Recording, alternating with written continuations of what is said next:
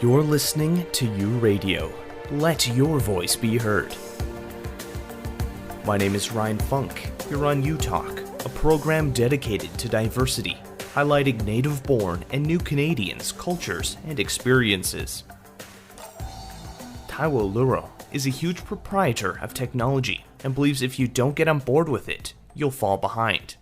A career consultant, e-learning specialist, Taiwo has applied his personal and professional experiences to help newcomers to find and succeed in their careers. Exactly 7 years ago, I made a change in my career to move to a new country, and it's been a roller coaster of emotions having to reach this decision at this point in my life, in my career life. Coming to Canada has provided a lot of positive opportunities, but I'll fast track to what I currently do. My role is e-learning specialist for Manitoba Start. Manitoba Start is the first place where newcomers find the support they need to find work in Manitoba. Prior to that, I was supervisor for the career services unit, and I was also a career coach and facilitator. So essentially, all of the work that I've done has moved from a bit of adult education, career advising, and just providing those supports that newcomers need to transition into employment in Manitoba. As a newcomer myself, my experiences, my knowledge, and my learning over the years has influenced my practice and experience, and I can bring in that professional perspective. I can bring in that cultural perspective. I can share experiences that's not going to be far from what other newcomers also go through on a daily basis. And I think all of this put together has been able to help me in providing those supports for the clients that I've been working with in the last 7 years. What are your recommendations for newcomers, maybe even based off of your own experiences, for finding employment in Canada and getting started? So I will say that the labor market in Canada can be very confusing to navigate for many newcomers. So I think being able to walk through that process allows for a very smooth transition into the job market. The first thing that I want to offer as an advice is that, for every newcomer out there, start with a plan. I see people every day within my community, within my professional life, who say, you know what, I want a job. I just have to pay my bills. I have to get busy. But what does that really mean in terms of an actual work, in terms of an actual industry or sector or position? And you see, if you don't create a plan for what you want to do on the short term, medium term, and long term, then you are not able to stay focused on an occupational area that you'll be able to grow in. So I want to encourage every newcomer out there that reads this or listens to this to begin with a plan. What work do I want to do? What industry or sector? And how do I want to grow in this area? The second point is that Manitoba is unique among all the provinces and territories because we have support systems like no other province in Canada. And that is something that I really feel proud about, even in my practice and community life. We have abundant support services within the community for newcomers. So locating and embracing those support services will help you to quickly find employment and integrate into the fabrics of Canadian society. So if you look at our organization, for instance, we provide career development support, and clients who come through Manitoba Start to access services, they fast track into the market. If we compare them apple for other clients who don't access services. There are language training services within the community that are available and accessible for newcomers for free. There are technology training programs, self-learning initiatives. There are other newcomers like ourselves who have become voices within the community who can share, some of the ideas and challenges we face. So that kind of fast tracks things for everyone to be able to navigate the system as quickly as possible. What else can I talk about? You can't have enough of education. My father tells me each time, there's no knowledge that is lost. Of course. And so one great way to quickly establish and launch your career in Canada is just to upskill. take a training, take a course, Mhm. attend a professional development event. What else can I talk about? Just find ways to upgrade your skills. We already coming from abroad already prepares you with the foundational skills and experiences you need for Mhm. success. It's like having a cake, and now all you need to do is just put the icing on the cake. So that upskilling, that extra training is really the icing you need to make your cake beautiful. Mhm. So again, looking for opportunities to upskill, and then finally, I will say engage, connect with your community. Find opportunities to build connections, because when people move to a new country, they leave their connections, they leave their entire community behind. It can provide a very isolated feeling. Mhm. So finding ways to belong to a community, religious communities, social groups, educational groups, professional communities. Those are some of the factors, that can help you to just hit the ground running. Mhm. You're also an e-learning specialist. I guess let's talk a little bit about the challenges that e-learning brings in, and the benefits, because right now in a pandemic, that's the only way to learn. When COVID hit in March, it provided very unique opportunities for everybody: learners, educators, post-secondary, literally everybody. We see a lot of programs and services moving into remote delivery.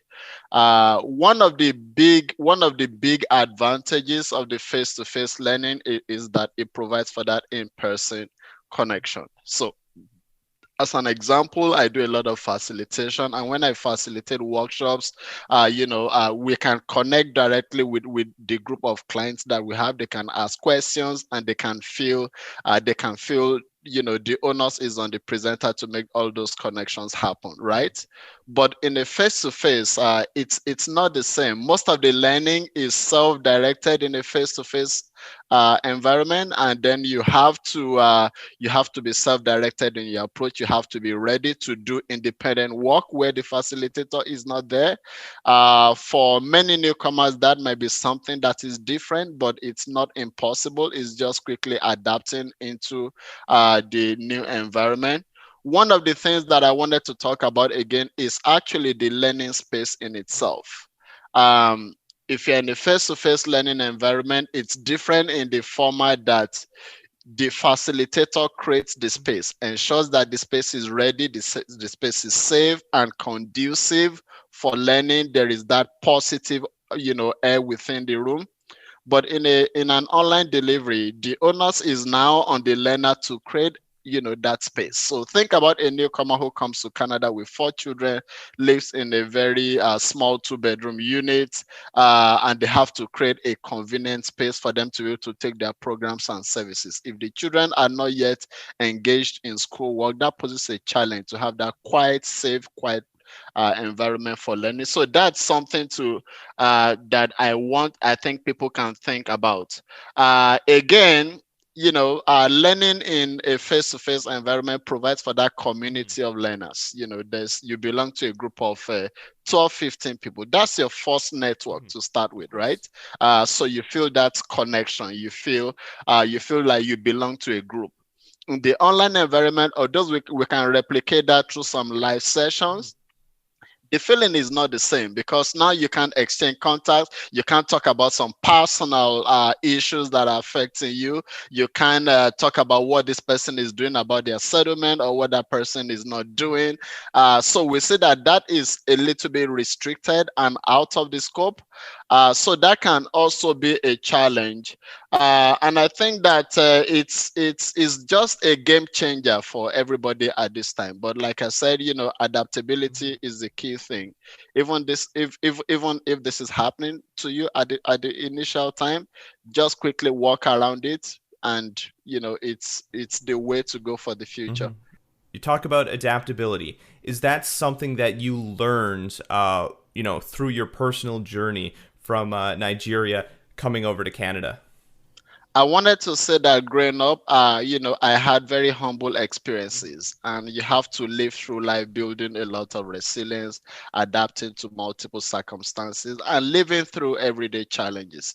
And that's been a part of me. That's the reason for, for all the successes that I've achieved in life. So there are periods when you be out of money. There are periods when you're not sure what the next direction is. There are periods when life circumstances will provide opportunities and challenges. And so I had going through all of these experiences have has helped me to become a lot very resilient, to become a lot very adaptable, to take things and have a quick turnaround within a short time. And so when I look at everything that I have done in 7 years living in Canada, I just, I'm really thankful that all of these changes can come. It's a part of, what you grow up with, all of the challenging times you've lived through, all of those periods when you live through difficult circumstances and you still find ways to navigate them to get to your goal, right?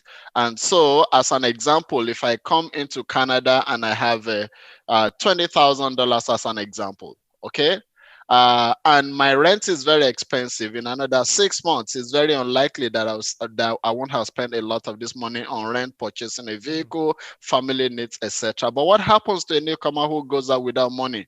Your ability to quickly, create and initiate a budget system that helps you to take care of all of your anticipated expenses, knowing that you might run out of cash and you're so much on your own, 500 or 6,000 nautical miles away from wherever you call your home country. So putting all those buffers in place and knowing that, right now you're on your own, you have to adapt to the situation, adapt to the conditions, adapt to the labor market, adjust to weather conditions, navigate the market, put yourself out there, face your struggle essentially. So I think, it's a part of growing up. It's a part of what forms your value systems and helps you project and shape your future. So when you're coming to a new country, you're learning, you're going through these experiences, you're adapting, you're changing. How do you stay connected to your roots and culture, even for yourself personally and for people that you're talking to? I mean, you can be busy and sometimes you can forget where you came from or what's important to you. Many newcomers, when they come to Canada, they leave everything behind. They leave their community, they leave their associations, they leave their network. And I think, around the world, I can say specifically that culture is everywhere and community is everywhere. So when I came into Canada, there are people who live in Canada. The way of life might be slightly different. Value systems might be different, but culture is culture everywhere, and culture is everything. As an example, the way I'm dressing is a reflection of my culture. The way I make my hair, my value systems, considerations of what I think is right or wrong. Um, One way to stay connected with your culture is to look for a related organization. There are professional associations. There's the Nigerian professionals in Manitoba. I attend their events once in a while just to stay connected with that community. There are religious associations to which we attend as a family. We attend social gatherings. I'm talking about other cultural elements. In the home, I speak other languages with my kids just to get them connected, to get them involved in understanding what that background is. So joining associations, community groups, social groups, even professional associations within the context of your cultural background, that's one piece. And I think the bigger piece also is building connections with the larger society, because you have to integrate with the mainstream Canadian culture. You have to find out what's important, what's right, what's valuable, and why those really are. And so it's not really getting rid of your culture, but it's just really about learning and unlearning and, building on new cultural artifacts and, increasing through that process, increasing your cultural lens and getting exposed to all of those different broader cultures within the mainstream society. In my experience, I find that it takes time for transitions to happen in the workplace. When a newcomer comes to Canada today, ask them what they want to do. They said, I want to work. When do you want to work? I want to work like yesterday. I want to work even before I landed, if you see what I mean. And the factors are very clear. It's expensive. to live in a place like Canada. As an example, I used to joke with my clients, say, the amount of money I pay for my rent per month is what I pay for 1 year before I move to Canada. So that can be a big change, even if you have a lot of money in your pocket. So it's important as you come in, as you're immigrating, as you're stepping your foot into Canada, have a clear plan what you want to do and begin to build connections within industry, within your professional level, right from the get-go. That is critical. That is important. The other thing that I wanted to say is, aside from having a clear plan of what you want to do, now you need to look out there. Where are the support systems that I have, and how can I build on those support systems so that I can consolidate? As an example, when I came to Canada, I didn't know Manitoba Stat. And so having worked with this organization for 5 years, I'm like, my career would have been propelled way faster if I've engaged with some of these community groups and service providers and taking these free benefits that the government provides. And finally, I'd like to say anything is possible. It's doable. Put your mind to it, get ready to do it, and you will achieve success. As an adult educator, Taiwo engages with, facilitates, trains, coaches, and achieves knowledge transfers within the post-secondary system by adopting conventional adult learning principles and instructional engagement strategies during learning delivery. If you have any stories you'd like us to share or communities we should highlight, leave a comment on our social media or reach out to us on our website. I'm Ryan Funk. This was You Talk, and have yourself a good one.